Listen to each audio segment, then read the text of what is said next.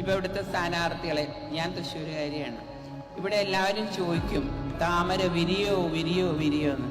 എന്തത്ര സംശയം, ആദ്യത്തെ താമര വിരിയണത് തൃശ്ശൂരായിരിക്കും. അതെനിക്ക് വ്യക്തമായിട്ട് നന്നായിട്ട് അറിയാം. അദ്ദേഹത്തെ പറ്റി പറയാനാണെങ്കിൽ ഞാൻ എത്രയോ കാലത്തെ ബന്ധമുണ്ട്. ഏറ്റവും ശുദ്ധനായ ഒരു മനുഷ്യൻ എന്ന് പറയണമെങ്കിൽ അത് സുരേഷ് ഗോപി ആയിരിക്കും. കാരണം എന്ത് രാഷ്ട്രീയ വിരോധം ഉണ്ടെങ്കിലും ആ ഒരു സ്നേഹം, സഹോദര സ്നേഹം ഉള്ളിൽ വെച്ചിട്ടുള്ള ആളാണ് ഞാൻ. അദ്ദേഹത്തിന് പെട്ടെന്ന് ദേഷ്യം വരും, പെട്ടെന്ന് സങ്കടം വരും. അതുകൊണ്ടാണ് ഞാൻ പറഞ്ഞത് ശുദ്ധനായിട്ടുള്ള മനുഷ്യൻ. കാരണം നമ്മളൊക്കെ എന്തെങ്കിലും കള്ളത്തരം ഉണ്ടെങ്കിൽ അത് ഉള്ളിൽ വെച്ചിട്ടല്ലേ പെരുമാറുള്ളൂ. അദ്ദേഹത്തിന് അങ്ങനെയൊന്നും അറിയില്ല. അദ്ദേഹം പറയാനുള്ള പറയും, 5 മിനിറ്റ് കൊണ്ട് പിണക്കം തീരും.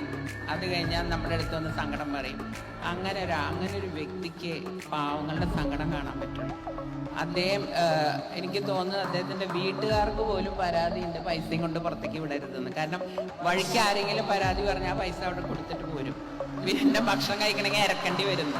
അപ്പം ആ രീതിയിൽ പാവങ്ങളെ സഹായിക്കുന്ന ഒരു മനുഷ്യൻ. ഞാൻ കൂടുതലും സുരേഷ് ഗോപിനെ പറ്റി പറഞ്ഞത്, എനിക്ക് സുരേഷുമായിട്ടാണ് 5 പേരിലും കൂടുതൽ ബന്ധമുള്ളത്.